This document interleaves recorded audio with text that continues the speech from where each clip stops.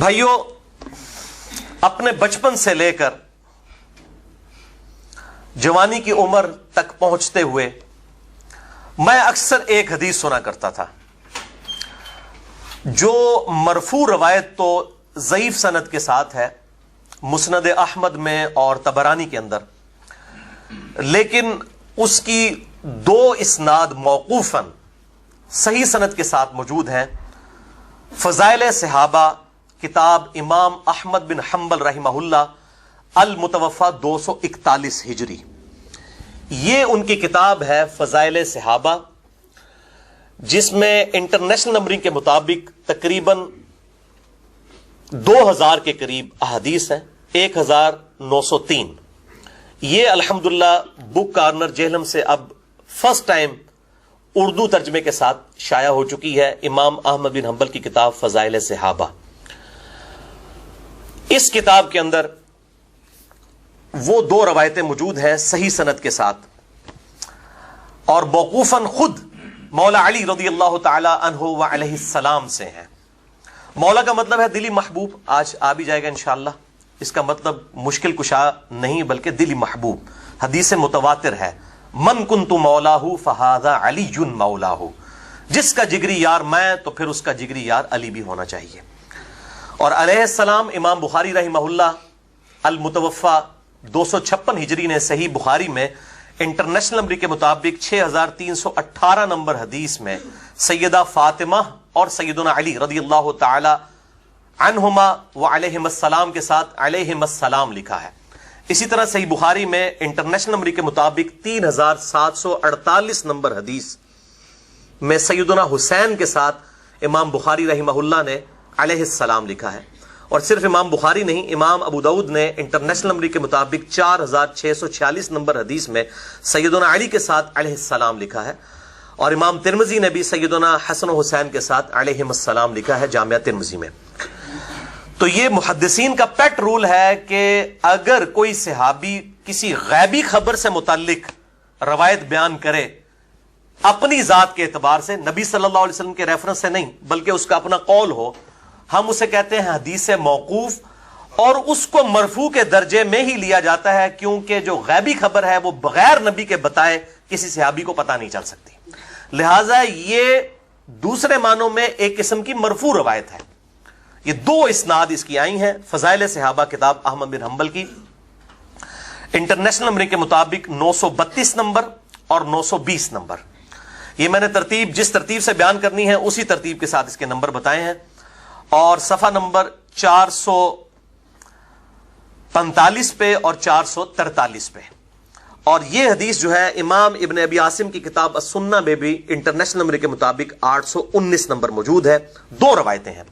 سیدنا مولا علی رضی اللہ تعالی عنہ و علیہ السلام کہتے ہیں کہ میری ذات کے اعتبار سے دو قسم کے لوگ گمراہ ہو جائیں گے، ایک میری محبت میں غلو کر کے اور ایک میری دشمنی میں غلو کر کے، وَلِعَوْذُ بِاللَّهِ تعالی۔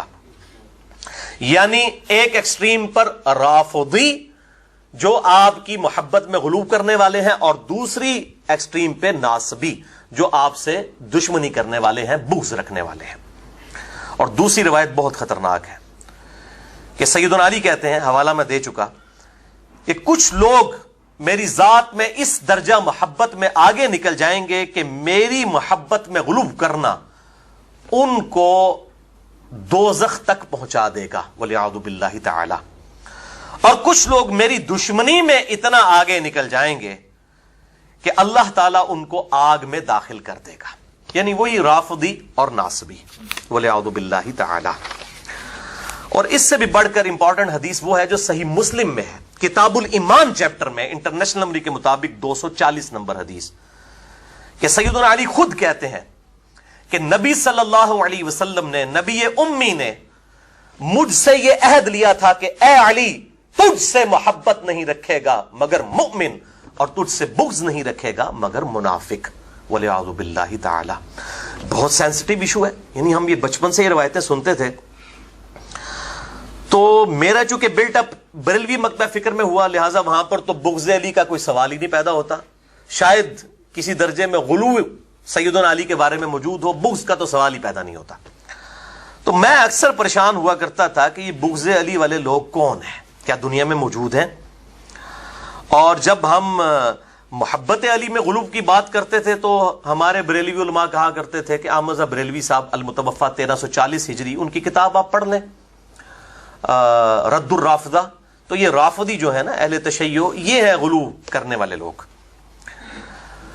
اور جب ہم پوچھتے کہ یہ جو بغض رکھنے والے لوگ کون ہیں، وہ کہتے ہیں جی وہ تو سیدنا علی کے زمانے میں گزر گئے، خارجی لوگ تھے. اور پھر اس طریقے سے خاموش کروا دیا کرتے تھے. حتیٰ کہ 1995 میں جب میں انجینئرنگ یونیورسٹی کے پہلے سال میں پڑھتا تھا، مجھے پہلی دفعہ یہ بات پتہ چلی کہ دنیا میں ایسے لوگ بھی موجود ہیں جو یزید کو رحمہ اللہ کہتے ہیں اور حسین کو نعوذ باللہ باغی کہتے ہیں. استغفر اللہ و اتوب الیہ ولیعوذ باللہ تعالی.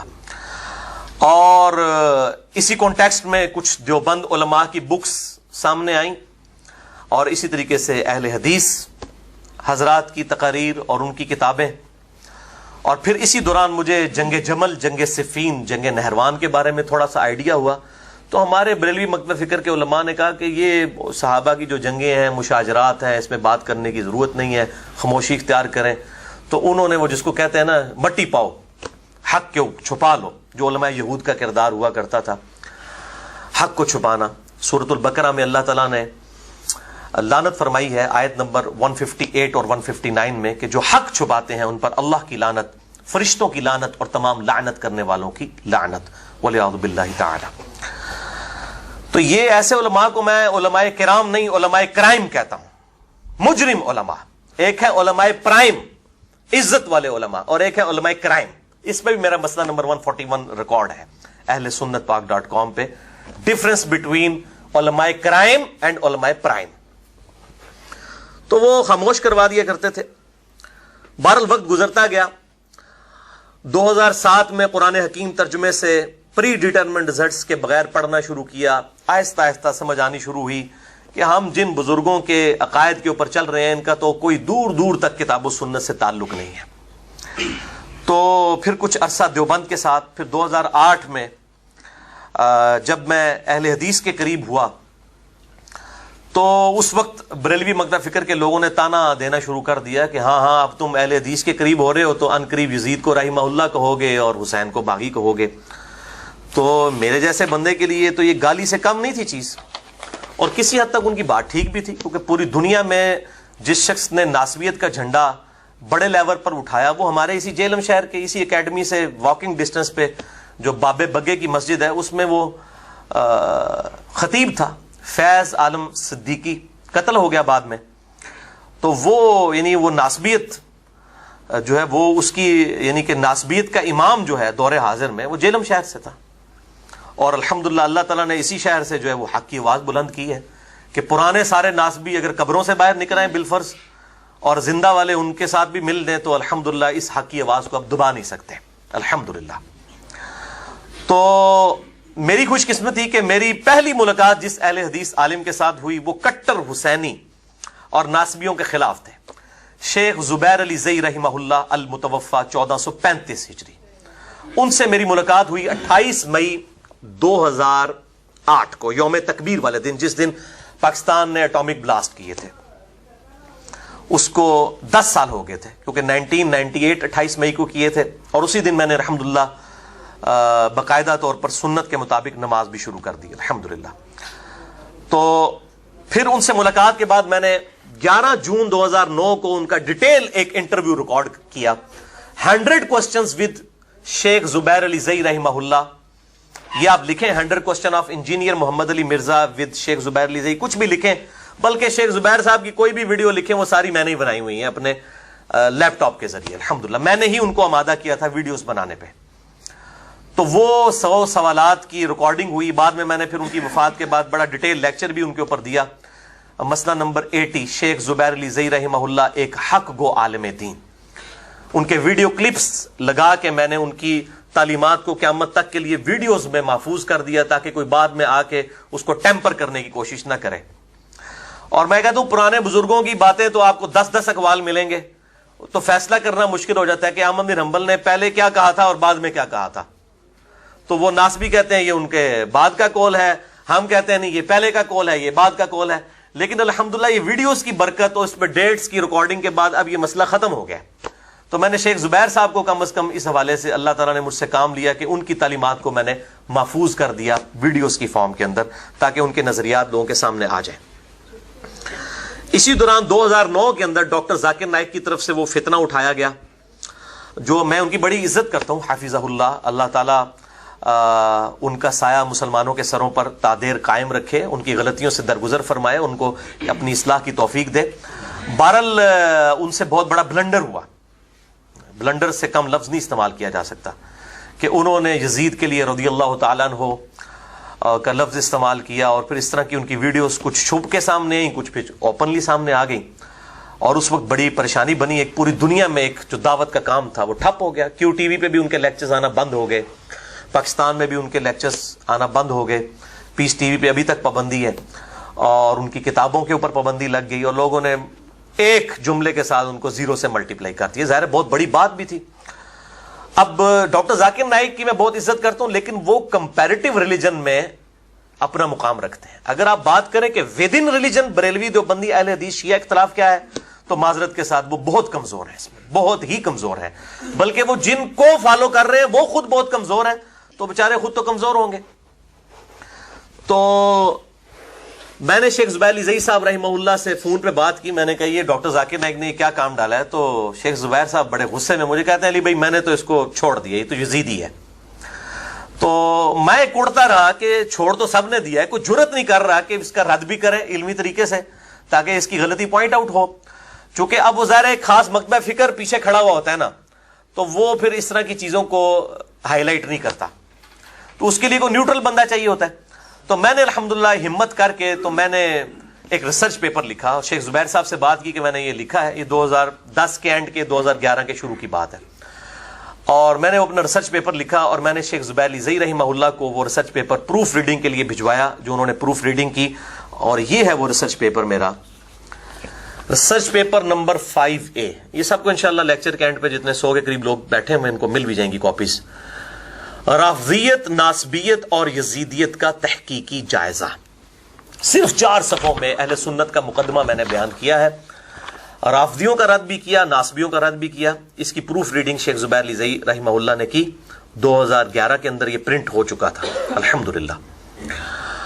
اور اس کے بعد جب یہ پرنٹ ہوا، شیخ زبیر صاحب نے مجھے فون پہ کہا کہ جی مجھے 50 کاپیاں دیں. میں نے ان کو 50 کاپیاں بھی اس کی بھجوائیں، تاکہ وہ اپنے قریبی لوگوں تک اس کو پہنچا سکیں.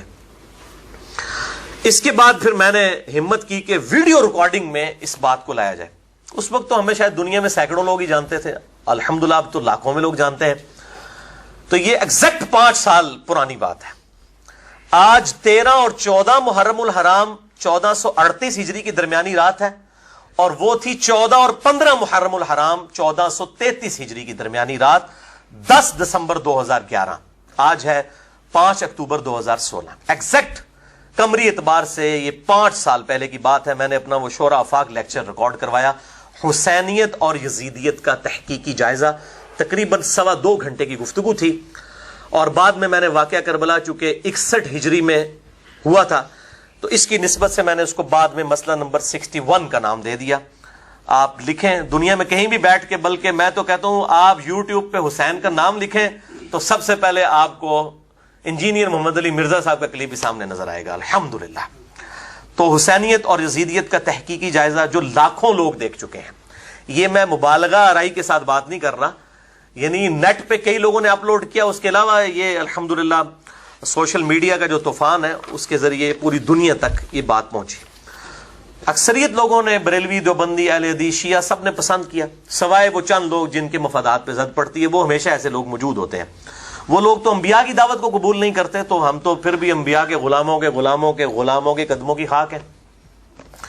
اچھا، اب میں تو اپنے بھول پن میں یزید کو ہی لے کے چل رہا تھا، یعنی مجھے تو پتہ ہی نہیں تھا کہ اصل مسئلہ تو یزید ہے ہی نہیں ہے. اصل مسئلہ تو ملوکیت ہے. یہ تو پتہ ہی نہیں تھا کہ اس کو ڈیپ ڈگ کریں گے تو اصل چیز سامنے کیا آئے گی، اصل بنیاد کیا ہے وہ تو مجھے پتہ ہی نہیں. لیکن واللہ خیر الماکرین، یعنی مجھے دھکا دے دیا کسی نے اسی معاملے میں کہ نہیں جی نہیں، آپ تو جو ہے وہ حضرت معاویہ بن ابی سفیان رضی اللہ تعالیٰ عنہ کے فیصلے کو چیلنج کر رہے ہیں یزید والے. تو میں نے بھی ایک دفعہ سوچنا شروع کیا، میں نے کہا یہ انہوں نے اس امت کے اوپر یہ تحفہ مسلط کیا. تو بس یہاں سے میری تحقیق مزید شروع ہو گئی، ڈیپ کرنا. واللہ خیر الماکرین، اللہ کی خفیہ تدبیر. اللہ تعالیٰ شر میں سے خیر اور خیر میں سے شر نکالتا ہے. تو یہ شر جو تھا میرے خلاف، یہ میرے لیے خیر کا سبب بنا.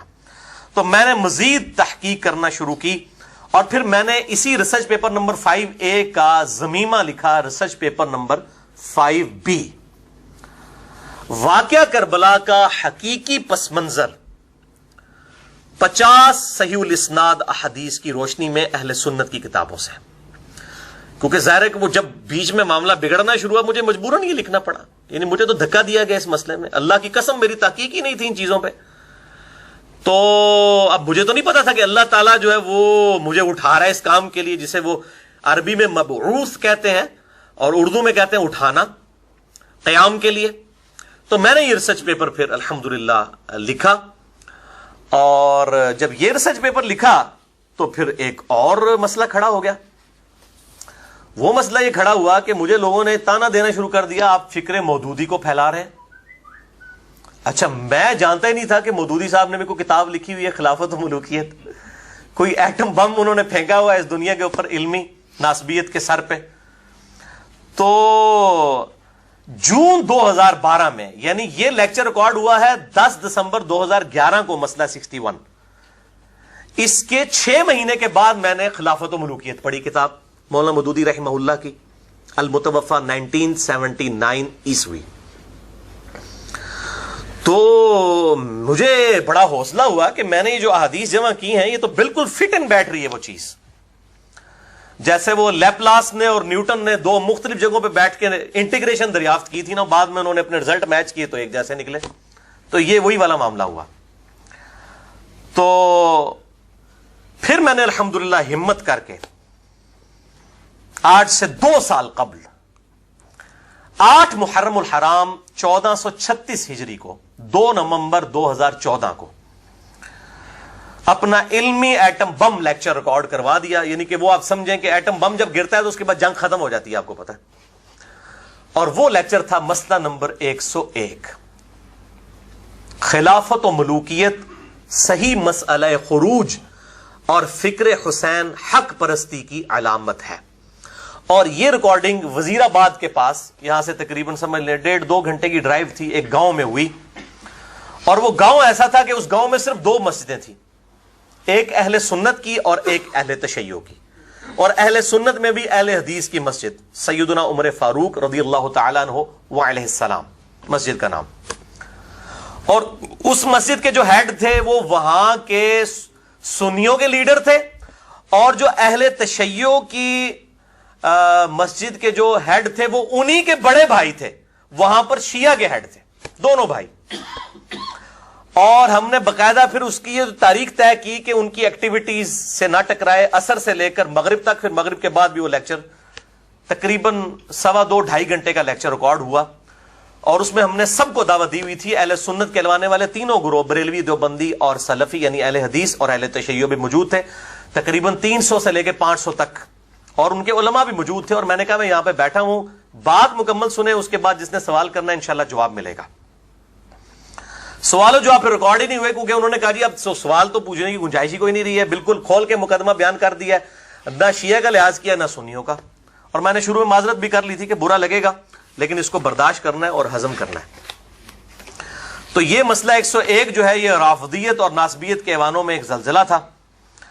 اور الحمدللہ اس کے بعد ظاہر ہے کہ مزید لوگ مخالفین سامنے آئے.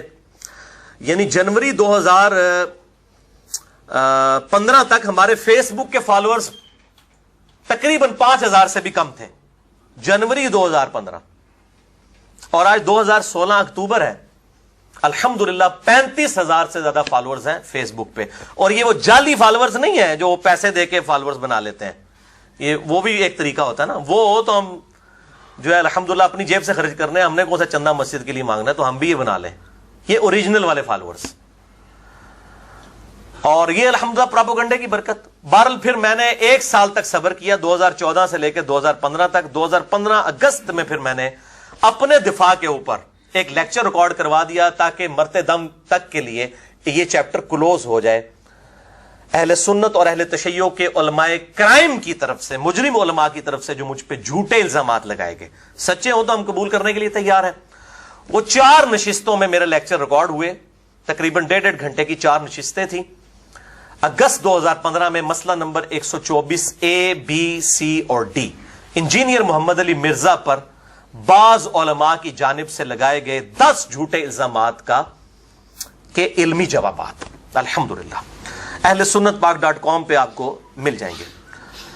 اور پھر اس کے بعد لوگوں کی ڈیمانڈ تھی کہ جی آپ نے اتنی بتائی ہیں تو اپنا جو 5B ریسرچ پیپر ہے اس کو اپ ڈیٹ کریں, یہ 50 حدیثیں کم ہیں. پھر میں نے الحمدللہ ہمت کر کے, مہینے لگا کر کے یہ 5B کا فائنل ورژن نکال دیا. ریسرچ پیپر نمبر 5B, واقعہ کربلا کا حقیقی پس منظر 72 صحیح الاسناد احادیث کی روشنی میں. یہ 72 کا میں نے ٹائٹل بنایا شہدائے کربلا کی نسبت سے, ورنہ اس میں حدیثیں اس میں 50 تھیں, اس میں 150 میں نے روایتیں اہل سنت کی کتابوں سے ڈال دی الحمدللہ صحیح اسناد کے ساتھ. شیخ البانی, شیخ زبیر لزئی, شیخ ارنوت, شیخ غلام مصطفیٰ ظہیر اور باقی علماء کی جو تحکیم ہے اس کے ساتھ الحمدللہ. یہ آخری کیل تھا جو کہ رافضیت اور ناصبیت کے تابوت میں آخری کیل ٹھوکا گیا. ریسرچ پیپر نمبر 5B کا یہ ورژن, یہ میں نے میرے بھائیوں سب سے پہلے عربی میں لکھا, کیونکہ علماء کہتے ہیں جی عربی میں ہونا چاہیے. عربی میں لکھنے کا مطلب ہے انٹرنیشنل پمفلٹ ہو گیا. اس پہ تسلی نہیں, اس کے بعد اردو میں اس کا ترجمہ ہوا, پھر ہندی میں ہوا. یعنی انڈیا کے اوپر بھی آپ نے ناسبیوں پہ اور رافضیوں پہ علمی ایٹم بم گرا دیا. اس کے بعد پھر انگلش میں بھی 58 صفات کے اوپر اس کا ترجمہ 4 زبانوں میں ہو چکا ہے. اب کسی اور زبان میں ضرورت ہی نہیں ہے الحمدللہ. یہ 6.5 MB کی فائل اہل سنت پاک.com سے آپ اس کا PDF ڈاؤن لوڈ کر سکتے ہیں بڑی آسانی کے ساتھ, اور ہارڈ کاپیز بھی یہاں پر ہم الحمدللہ تقسیم کرتے ہیں. اور میں اپنے بھائیوں سے کہتا ہوں کسی سے جھگڑا کرنے کی ضرورت نہیں, چپ کر کے 5B ریسرچ پیپر دیں ان کو کہ یہ آپ 150 روایتیں پڑھیں, اس سے جو آپ نظر نکالتے ہیں نا وہ آپ ہمیں بتا دیں. اور اس میں آپ نے جتنا زور لگانا ہے لگا دیں. 50% بخاری اور مسلم کی حدیثیں ہیں, ان کو تو نہیں ضعیف ثابت کر سکتے نا, پٹھے بھی لٹک جاؤ. ٹھیک ہے, منکرین حدیث بڑھنا پڑے گا تو ہمیں, یا صحیح والے حدیث بڑھو گے تو یا منکرین حدیث بڑھو گے. تو بیچ میں سے چیزیں نہ کاٹی جائے, پورا مقدمہ ہے ایک, اس کو ایکسپٹ کیا جائے. اور میں اکثر الحمدللہ اس میں کہا کرتا ہوں کہ جیسے اللہ تعالیٰ نے مشرکین عرب سے خالد ابن ولید کو اٹھا کے رومن امپائر اور پرشین امپائر پہ دے مارا اور اس کے ٹکڑے ٹکڑے کر دیے, مجھے بھی اللہ تعالیٰ نے اس سب کانٹیننٹ انڈیا, پاکستان, بنگلہ دیش کی ایک گمراہی والے کلچر میں سے اٹھا کے ان رافضیوں اور ناسبیوں کے سر پہ دے مارا علمی طور پر الحمدللہ, اور حق لوگوں تک واضح کیا. ذالک فضل اللہ یؤتیہ من یشاء, یہ اللہ کا فضل ہے جسے عطا فرمائے الحمدللہ. یہ ریسرچ پیپر نمبر 5B, واقعہ کربلا کا حقیقی پس منظر 72 صحیح الاسناد احادیث کی روشنی میں, جس میں 150 روایتیں ہیں, ایک ایک نمبر کے اوپر کئی روایتیں ہیں. غدیر خم کا اس میں نمبر 33 ہے, اس میں نے 8 طریق جمع کیے ہیں, وہ آج میں انشاءاللہ بیان بھی کروں گا. اور اس کو پڑھنے کے بعد آپ کو سنی اور ٹنی کا فرق پتہ چل جائے گا. ایک ہے سنا کے سنی, میں کہتا ہوں وہ ہے ٹنی, نان بکش مسلمان. اور ایک ہے کتاب و سنت کے منج والا, جو بزرگ بابوں کے پیچھے نہیں چلتا بلکہ کتاب و سنت کے دلائل کے پیچھے چلتا ہے, وہ ہے صحیح سنی. ورنہ آپ روح افزا کی بوتل لیں, اس میں شراب ڈالیں, باہر روح افزا لکھا ہے, اندر چیک نہیں کریں گے یہ شراب ڈلی ہوئی ہے یا روح افزا ہی ہے یا جامع شیری ہے. تو اس طریقے سے اہل سنت لکھ لینے سے کوئی سنی تو نہیں بن جائے گا. آپ بریلویوں سے پوچھیں, دیوبندیوں سے پوچھیں, اہل حدیث سے پوچھیں, ایون قادیانیوں سے پوچھیں کہ جی شیعہ سنی جو تفریق ہے اس میں سے آپ کیا ہے, وہ بھی کہیں گے ہم سنی ہیں. ٹھیک ہے نا جی, لیکن کیا سنی ہو جائیں گے, ٹنی ہی رہیں گے. تو سنی اور ٹنی کا فرق پتہ چلے. اور الحمدللہ اس علمی جنگ میں اہل سنت کی عوام جو ہے, چاہے بریلوی ہوں, دیوبندی ہوں, اہل حدیث ہوں, اور اہل تشیع کی عوام نے بھی میرا پورا ساتھ دیا, اور میں پرسنلی ان کا شکر گزار ہوں. جو حق قبول کرنے والے لوگ ہیں, ظاہر ہے ہزاروں ای میلز پوری دنیا سے ریسیو ہوتی ہیں, اور اس میں بھی ٹاپ آف دا لسٹ اہل حدیث عوام ہے، کیونکہ ان کی تربیت ہوئی ہے کتاب و سنت کو فائنل اتھارٹی ماننے پہ، اس لیے پھر وہ اپنے بزرگوں بابوں کی نہیں سنتے. یہی وجہ ہے کہ میرے خلاف پھر سب سے زیادہ پراپوگنڈا بھی اہل حدیث علماء کی طرف سے ہوا. ظاہر ہے کہ جس کی روزی پہ لات پڑتی ہے اسی نے ہی بولنا ہوتا ہے.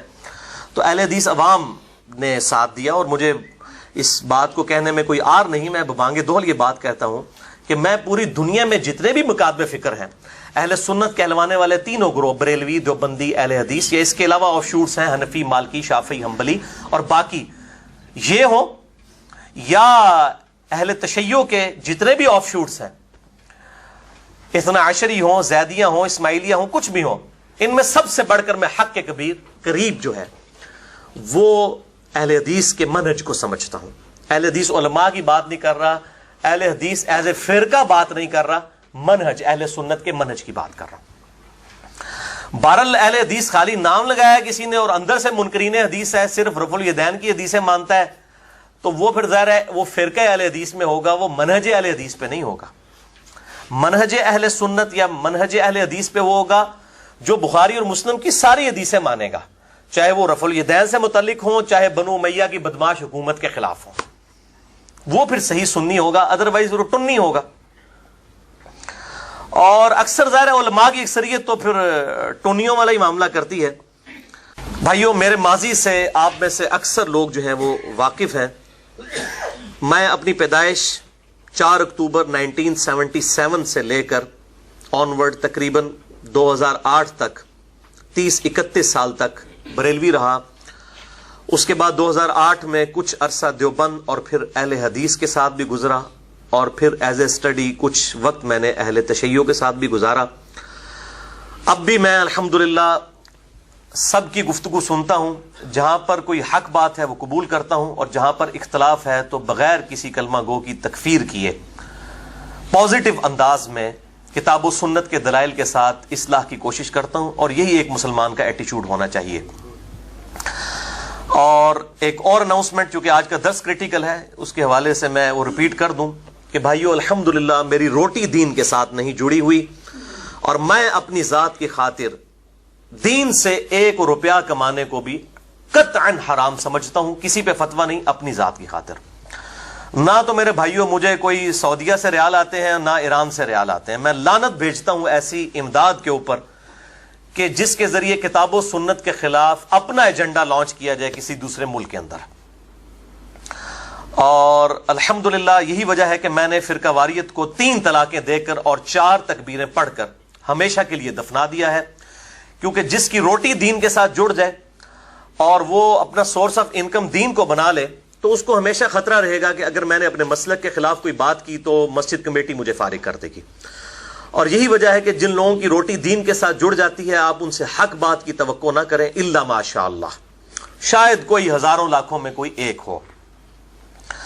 اور ہم اللہ تعالیٰ سے دعا کرتے ہیں کہ اللہ تعالیٰ اس دن سے پہلے کہ ہماری روٹی دین کے ساتھ جڑ جائے، ہمیں اللہ تعالیٰ ایمان و عافیت کے ساتھ مدینہ شریف میں موت، بقیع غرقد میں مدفن اور جنت الفردوس میں اپنے محبوب صلی اللہ علیہ وآلہ وسلم کا پڑوس عطا فرمائے.